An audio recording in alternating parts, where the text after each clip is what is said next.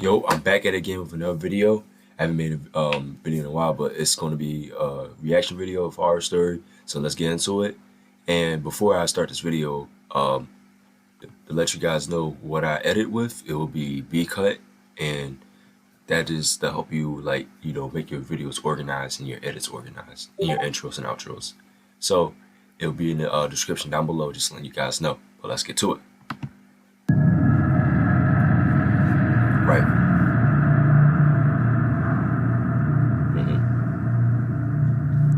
This happened shortly after I turned 15 years old. Okay. As a birthday gift, my parents had given me an Xbox.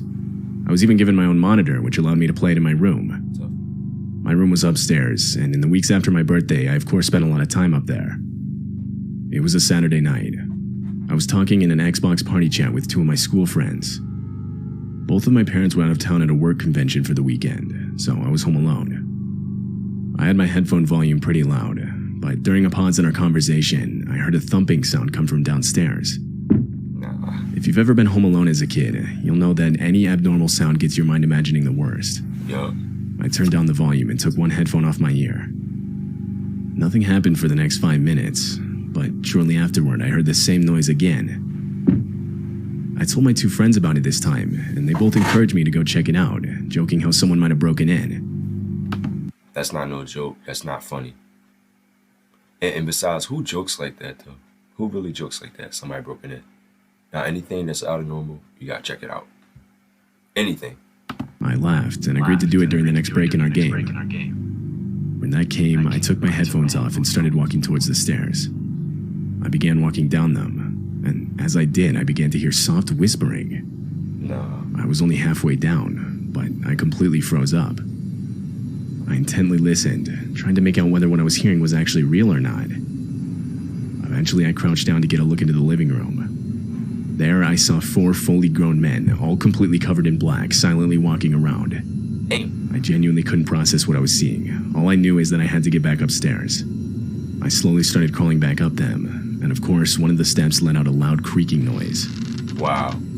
It echoed throughout the house before returning to silence. There was no way they didn't hear it. Thinking quick, I ran to my room, put on my headset, and told my friends to call the police to my house. They sounded confused, and now in a serious tone asked what was going on. I didn't feel like I had enough time to explain, so I just told them to hurry and threw my headset down on my desk. I knew that locking myself in my room would be an obvious sign that I was inside. I still locked the door and closed it behind me, but instead I hid in the bathroom further down the hallway with the light off and door slightly cracked open so that they wouldn't think to check it. I could hear multiple sets of boots slowly walking up the stairs as I sat in silence. They kept getting louder until I could hear banging on my bedroom door down the hall. Not banging like trying to get my attention. Whoever was doing it was clearly trying to break down the door. Voices started yelling out, saying things like how I needed to open the door if I didn't want anything bad to happen to me. I was absolutely horrified. I got up and started desperately opening the bathroom window. I guess I'd made too much noise, because a set of boots started heading down the hall. Just as the bathroom door fully opened, I managed to dive out of the window head first. Hey. I landed badly on my neck, but still managed to look back up at the bathroom window. A silhouette stood motionless looking back at me.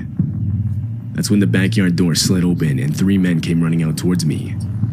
I tried getting up to run, but I couldn't in time. All 3 of them started grabbing me and pulling me back towards the house. What? But this would be interrupted by the distant sound of police sirens. The 3 of them stopped. They looked up at each other. They then sprinted to the backyard fence, climbed it, and I never saw them again. A few moments later, and the police showed up in the backyard. I told them which way the men had gone, to which a couple of them started off in that direction, while another stayed with me.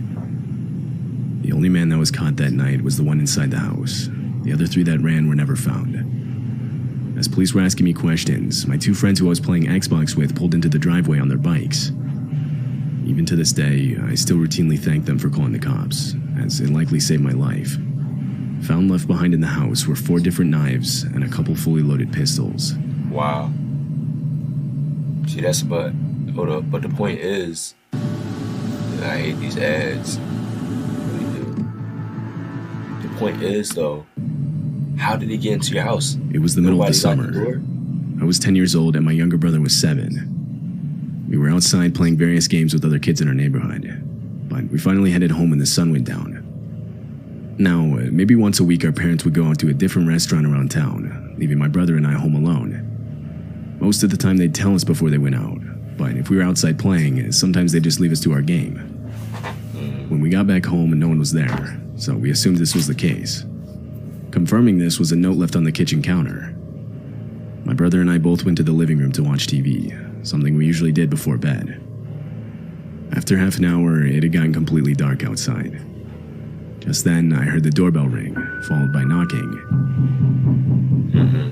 At first, I thought it was our parents getting back, but it definitely wasn't normal for them to use the front door, much less not have a key for it. The chances of the garage door opener they had not working and them forgetting a key were extremely low. Although I realized it was still possible, so I left the living room and went up to the front door to see who it was. As I approached the door, I heard a man's voice yell out that he was selling Girl Scout cookies. No. I was And first of all, why would you have a knock at your door late at night? You selling Girl Scout cookies at night? Come on, bro. Bro, who eat cookies at night besides midnight snacks? Like, bro, Girl Scout cookies at night? No water? Just cookies? You're thirsty, like, for real. Girl Scout cookies? Nah, man, come on now. That's bullcrap. Come on now. extremely confused considering the time of day. I look through the people and see a grown man, completely alone, no cookies in hand, and not with his daughter as I was expecting. That's what I'm saying. The man yelled out once more, before moving his hand to the door handle. My heart dropped, realizing that we had forgot to lock the door when coming in for the night. What? The door handle slowly started turning, to which I quickly engaged the deadlock. A clicking sound echoed out. It was too loud. Clearly the man had heard it and now knew someone was inside. I waited a minute, before once again looking through the peephole. The man was now looking through our living room window, directly at my younger brother, who was completely unaware to what was going on. What's more is, from where he now stood, I could make out a gun holstered on the left side of his waist. I ran back to the living room and closed the blinds.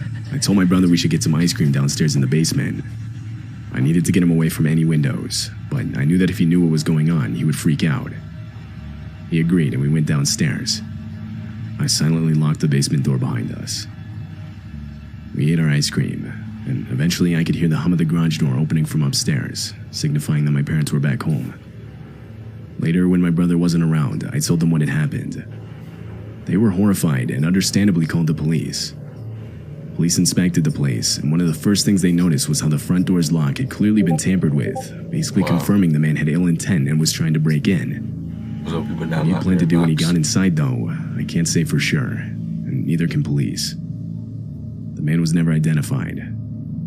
To this day, my younger brother doesn't even know this whole event took place. Tell them like what?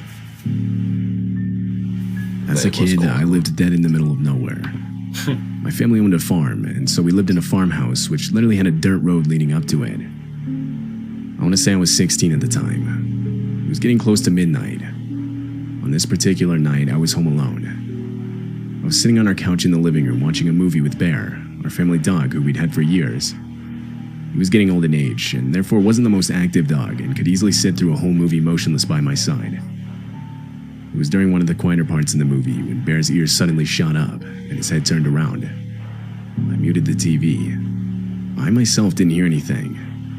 Bear stayed completely focused in this one direction. It was towards the house's front door. My first instinct was somebody was at the door, but this just wouldn't make any sense considering the house's location. You have to go completely out of your way to get to our house. Wow. I don't think we've ever had someone come to our door that we weren't expecting. Like, this stuff just doesn't happen out here. I brushed it off as just an animal and turned the TV's volume back up. So you don't get that many visitors because where you live at in the middle of nowhere, basically, and you just brush it off. Like, it don't make no sense. In the middle of nowhere, which means wide open space, less neighbors. Like, come on now, less neighbors, less people. Less people for real now. Going. Shortly after I did this, Bear started quietly growling, still looking in the same direction. Told you. In the time I've known this dog, I'd heard him growl a total of maybe 2 other times. He knows what's up. So by this point, I figured whatever was out there, I had to at least go check it out. I grabbed one of our family's many guns and went up to the front door. I opened it and saw nothing, so I walked out. I got maybe 30 yards from the front porch and looked out into the night. Nothing but black emptiness, so I turned back around. I took one step back towards the house before I stopped myself. Sitting on the edge of the deck was a man curled up in the fetal position. It looked like he was trying to hide himself. I stood there trying to think of what to do next. I was not about to walk up right next to this guy, so as silently as I could, I went around to the back door. It was unlocked, because we always left our doors unlocked. It's not something we typically have to worry about way out here. Right as I got inside, I ran back to the front door, shut and locked it. I then did the same with all windows and doors around the house. I called the police, and after a full 30 minutes, they finally arrived. They searched around the whole property, but didn't find anything. This was somewhat relieving. A part of me honestly started to think I had just imagined the sighting. After the police left, I ultimately decided to just go to bed. The next morning, I get up and go down to the kitchen to start making breakfast. But when I went to grab a knife to cut some fruit, I couldn't help but notice one of the knives was missing. I stood there confused. I was sure it was there the night before. I got a bad feeling and decided to call the police again. 2 officers showed up, and this time I had them search inside the house. I stood outside while they did so. After a few minutes, the 2 officers came back out with an old, scrawny-looking man in handcuffs. The man was found under the basement stairs, gripping a knife with both hands. Wow. There was the knife missing from my kitchen. After a short-lasting struggle, the man was detained. This was the same man that was hiding outside. After giving the whole story to police, they believed that most likely he had simply gotten in through the front door during the time it took me to go around the house and get in through the back door.